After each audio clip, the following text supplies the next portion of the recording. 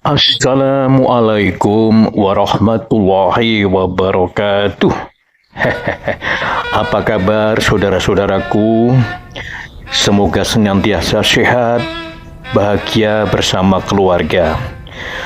Kali ini saya akan berbicara masih dalam konteks wayang ya, yaitu tentang beberapa pertanyaan yang disampaikan oleh teman-teman. Apakah betul bahwa Pandowo dan Kurawa itu bukan pewaris asli dari kerajaan Astina? Teman-teman sekalian, jawaban dari pertanyaan ini membutuhkan satu pemahaman yang detail ya. Karena kalau pewaris itu ditinjau dari segi keturunan secara biologis, memang benar bahwa Pandowo dan Kurawa itu bukan pewaris asli. Namun kalau diurutkan dari silsilah, maka Pandowo dan Kurawa itu adalah sah, ya, sah sebagai pewaris kerajaan Astina. Kita membahasnya mulai dari Prabu Santanu ya. Prabu Santanu itu adalah ayahnya Bisma atau Dewabrata. Prabu Santanu mempunyai putra 3 orang ya. 3 orang itu antara lain yang pertama adalah Dewabrata atau Bisma. Ini adalah keturunan Prabu Santanu dari istrinya yang pertama, yaitu Dewi Gangga. Kemudian Prabu Santanu juga mempunyai istri yang kedua, yaitu Dewi Durgandini. Sebetulnya Dewi Durgandini ini mempunyai suami lain ya. Suami yang pertama ialah Resi Palasara. Dengan Resi Palasara, Dewi Durgandini mempunyai anak ialah Abiyasa. Nah, oke lah, nanti kita sisihkan dulu pembahasan ini tentang Abiyasa ini. Kita berlanjut pada pernikahan Dewi Durgandini dengan Prabu Santanu, ayahnya Bisma atau ayahnya Dewabrata. Dengan Dewi Durgandini, Prabu Santanu mempunyai 2 anak. Yang pertama adalah Citragoda ya, Raden Citragoda, dan yang kedua adalah Raden Wicitrawirya. Jadi saya ulangi bahwa Prabu Santanu sebagai pewaris dari silsilah raja-raja Astina itu mempunyai 3 anak laki-laki. Ya, anak Prabu Santanu yang pertama adalah Dewabrata atau Bisma. Ini dari istri pertamanya yaitu Dewi Gangga. Sedangkan Prabu Santanu dengan Dewi Durgandini mempunyai 2 anak, yaitu Raden Citragoda dan Raden Wicitrawirya. Nah, setelah Bisma atau Dewabrata telah melepaskan haknya untuk menjadi Raja Astina, ya. Jadi Bisma pernah bersumpah di depan Dewi Durgandini bahwa dia tidak akan menduduki kursi kencana kerajaan Astina. Di samping itu dia juga tidak akan menikah, jadi menjadi wadat. Maka ketika Prabu Santanu wafat, kemudian hak untuk menjadi Raja Astina jatuh kepada putra Prabu Santanu yang berasal dari Dewi Durgandini, yaitu Raden Citragoda. Prabu Citragoda kemudian menikah dengan 2 wanita, yakni Dewi Ambika dan Dewi Ambalika. Keduanya merupakan hadiah dari Bisma ya, dari Dewa Broto yang berhasil memenangkan sayembara. Sebetulnya ada satu lagi wanita, yaitu Dewi Ambo. Dewi Ambo ini ternyata tidak mau dinikahkan dengan orang lain. Dia bersikeras untuk dinikahi oleh Dewa Broto sendiri yang memenangkan sayembara. Tetapi Dewa Broto karena sudah bersumpah tidak akan menikah, maka secara tidak sengaja anak panahnya mengenai Dewi Ambo ini. Jadi Dewi Ambiko dan Ambaliko akhirnya dinikahkan dengan Prabu Citragodo. Tetapi Prabu Citragodo kemudian ternyata gugur di dalam suatu peperangan melawan seorang raksasa. Tapi ketika sang raja ini gugur, belum sempat memiliki anak. Jadi gugur pada saat belum punya putra ya. Akhirnya Dewi Durgandini mengangkat Raden Wicitrawirya menjadi Raja Astina untuk menggantikan kakaknya dan sekaligus menikahkan Prabu Wicitrawirya dengan dua wanita yang merupakan istri dari kakaknya tadi, yaitu Dewi Ambiko dan Ambaliko. Namun sayang sekali, belum juga sempat punya anak, Prabu Wicitrawirya wafat. Kali ini karena sakit. Menjadi bingunglah Dewi Durgandini. Bagaimana ini? Kedua putranya yang berasal dari keturunan Prabu Santanu telah meninggal, padahal belum sempat menurunkan putra atau seorang anak. Lantas siapa sekarang yang menjadi Raja Astina? Padahal anak tirinya, yaitu Dewa Brata atau Bisma, telah bersumpah untuk tidak mau atau tidak akan menjadi raja di negeri Astina. Keduanya bingung, akhirnya atas persetujuan bersama, maka diputuskan untuk memanggil anaknya Dewi Durgandini yang berasal dari pernikahannya dengan Resi Polosoro. Anak itu bernama Abiyasa. Padahal sebenarnya Abiyasa saat itu sudah bertekad menjadi seorang pertapa atau seorang begawan yang kemudian dikenal sebagai Resi Abiyasa. Resi Abiyasa waktu itu tinggal di sebuah pertapaan di puncak gunung yang bernama Gunung Saptawarga ya. Ada 7 gunung Saptawarga, salah satu puncak yang tertinggi yang disebut Wukir Retawu. Disitulah Resi Abiyasa tinggal. Oleh karena terlalu seringnya bertapa ya, mungkin demikian, maka kulit dari Resi Abiyasa ini ternyata menghitam ya. Jadi seluruh tubuhnya termasuk wajahnya semua menghitam karena terlalu banyak bertapa, mungkin karena tidak merawat diri ya, terlalu banyak berdoa, mendekatkan diri pada Tuhan Yang Maha Esa, maka beliau sama sekali tidak merawat dirinya. Jadi kalau orang biasa yang tidak mengenal beliau, maka bisa juga ketakutan untuk menghadapi Resi Abiyasa ini, padahal hatinya sangat mulia. Nah, dengan kedatangan Bisma atau Dewa Broto yang mengungkapkan bahwa Dewi Durgandini atau sang ibu berkeinginan menjadikan Resi Abiyasa sebagai raja di Astina, maka Resi Abiyasa sangat terkejut Sangat tidak menduga karena sama sekali tidak ada di dalam konsep hidupnya untuk menjadi seorang raja. Maka Resi Abiyasa sebetulnya menolak. Namun Bisma atau Dewabrata mengatakan, "Cobalah Kakang, kamu menghadap pada ibu.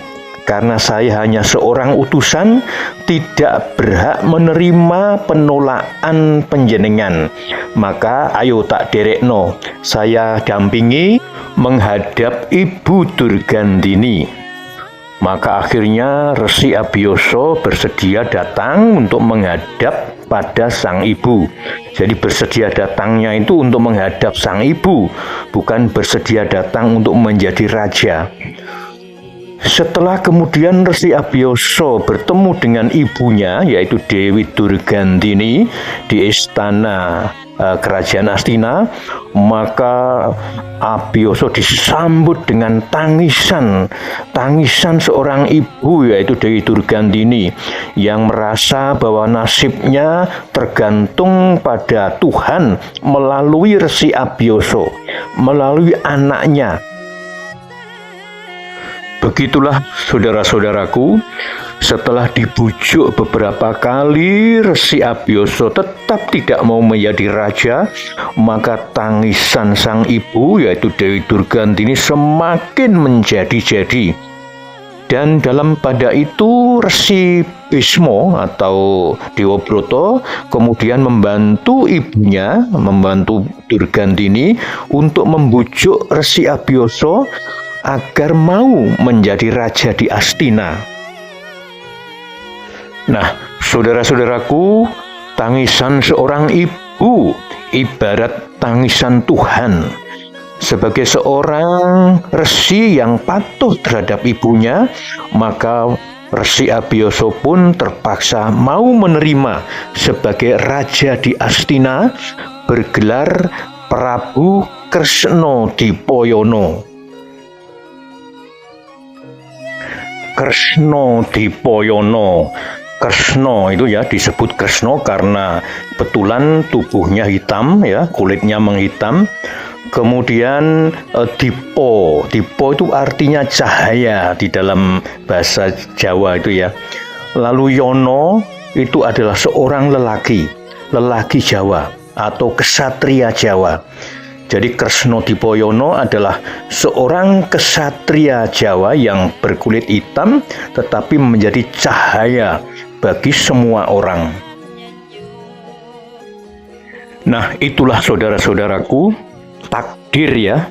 Namanya takdir Allah kalau sudah berbicara. Ibaratnya kridaning ati tan bisa mbedah dayaning pasti, budi dayaning manungsa tan bisa ngrubah garising kang kuwasa. Maka Resi Abiyasa yang sama sekali tidak pernah membayangkan atau berkeinginan menjadi raja, karena takdir Tuhan, akhirnya beliau menjadi seorang raja yang bergelar Kresna Dipoyono. Prabu Kresna Dipoyono pada akhirnya oleh sang ibu, yaitu Dewi Durgandini, dinikahkan dengan dua wanita yang dulu merupakan istri dari saudara tirinya. Dua wanita itu adalah Dewi Ambika dan Ambalika. Dengan Dewi Ambika, sang Prabu menurunkan seorang pria yang kemudian diberi nama Raden Drestarasta yang kelak menjadi ayahnya Kurawa. Sedangkan dengan Dewi Ambalika, sang Prabu Kresna Dipoyono menurunkan seorang pria juga yang kemudian bernama Raden Pandu yang kelak menjadi ayahnya para Pandawa. Ada satu lagi, oleh karena Drestarasta dan Pandu memiliki cacat yang Drestarasta adalah cacat netra, karena kebetulan pada waktu bersenggama dengan sang Prabu, Dewi Ambika ini menutup mata, jadi tidak mau memandang wajah dari Sang Prabu karena takutnya tadi ya, wajahnya hitam tadi, maka kemudian melahirkan seorang putra yang cacat netra. Sedangkan dengan Dewi Ambaliko pada waktu melakukan senggama, Dewi Ambaliko ini memang tidak menutup mata, tetapi dia takut sekali memandang wajah Sang Prabu sehingga pucat wajahnya, lalu agak menengok ke kanan ya. Jadi ketika lahir putranya, kemudian Pandu itu berwajah pucat dan agak tengler, istilahnya orang Jawa, tengler ke kanan. Nah, melihat kondisi kedua cucunya yang memiliki cacat itu, maka Dewi Durgandini akhirnya menangis, meminta kesediaan sekali lagi kepada Dewi Ambaliko untuk melakukan saresmi dengan Sang Prabu Kresna Dipoyono. Dewi Ambaliko menyanggupi, tetapi ternyata di luar sepengetahuan Dewi Durgandini, Dewi Ambaliko menunjuk seorang emban seorang emban untuk melayani apa yang ditugaskan oleh Dewi Durgandini itu. Sehingga akhirnya ketika kamar itu digelapkan, emban itu melayani Sang Prabu Kresna Dipoyono. Tetapi ketika selesai melakukan tugasnya, emban itu kemudian berlari keluar. Berlari ya mungkin menabrak pintu atau bagaimana ya. Akhirnya kelak melahirkan seorang anak pria juga. Ialah Yomo Widuro yang memiliki cacat agak dingklang. Kakinya agak cacat kaki ya. Nah, saudara-saudaraku, sahabat Rusman, dengan proses kejadian yang saya ceritakan itu tadi ya, maka sekarang terjawab sudah pertanyaan yang ada di depan, yakni apakah Pandowo dan Kurowo itu merupakan keturunan asli dari Raja-Raja Astina? Atau dengan kata lain, apakah Pandowo dan Kurowo itu adalah pewaris asli dari kerajaan Astina? Maka jawabannya ada dua.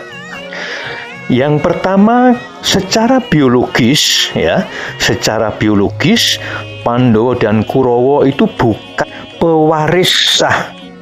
Sekali lagi, bukan pewaris sah kerajaan Astina.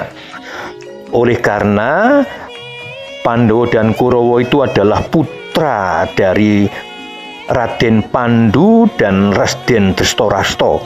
Sedangkan keduanya adalah putra dari Resi Abiyasa atau Kresna Dipoyono. Sedangkan Kresna Dipoyono adalah bukan seorang pria yang merupakan putra dari seorang Raja Astina. Jadi dia bukan putra dari Prabu Santanu. Tetapi secara hukum silsilah, Pandowo dan Kurowo itu adalah pewaris sah kerajaan Astina. Hal ini berawal dari Dewi Ambiko dan Ambaliko.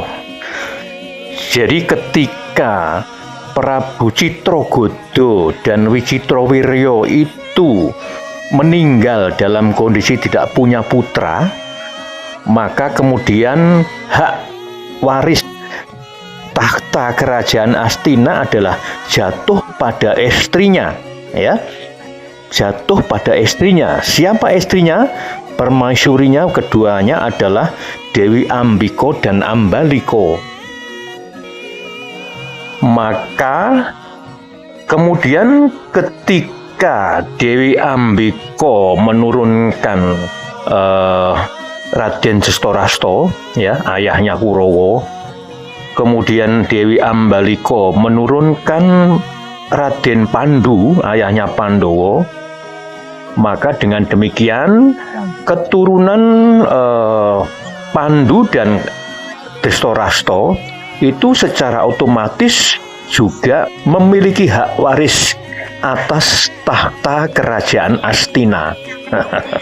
Jadi dengan demikian, apabila ditinju dari jalur silsilah, maka Pandawa dan Kurawa kesimpulannya juga memiliki hak waris atas tahta kerajaan Astina, walaupun mereka secara biologis bukan keturunan langsung dari terah raja-raja kerajaan Astina. Nah, saudara-saudaraku, sekarang sudah menjadi jelas kan kedudukan tentang hak waris Pandawa Kurawa itu sah atau tidak di dalam memiliki kerajaan Astina. Lantas mungkin timbul pertanyaan juga, antara Pandawa dan Kurawa itu lebih berhak mana? Kalau berdasarkan urutan kisah tadi, jelas bahwa kedua-duanya sama-sama punya hak. Ya, kedua-duanya memiliki hak yang sama. Hanya saja karena pada waktu dulu, ya, ketika Prabu Kresna Dipoyono itu lengser kembali menjadi seorang begawan, itu ayah Kurawa itu telah menyerahkan diri pada Pandu, ya, agar Pandu saja yang menjadi raja, yaitu ayahnya Pandawa. Sedangkan Drestarasta cukup sebagai seorang adipati saja karena memiliki cacat netra, ya. Jadi beliau memiliki kesadaran untuk itu. Baiklah, kiranya cukup itu dulu kisah mengenai Pandawa Kurawa. Kisah ini terangkum di epos Mahabharata, ya. Epos Mahabharata khususnya pada bagian Adiparwa. Jadi Adiparwa itu adalah pada bagian awal dari epos Mahabharata. Keseluruhan epos Mahabharata itu terbagi atas 18 parwa. Kalau Ramayana kemarin dibagi atas 7 kondo. Kalau Mahabharata ini bagian-bagiannya disebut parwa dan jumlahnya 18. Terima kasih atas pertanyaan-pertanyaannya. Kalau ada pertanyaan lagi silahkan dituliskan di kolom komentar atau di WA kami secara langsung. Sampai jumpa di lain kesempatan. Terima kasih. Jaga diri baik-baik. Wassalamualaikum warahmatullahi wabarakatuh.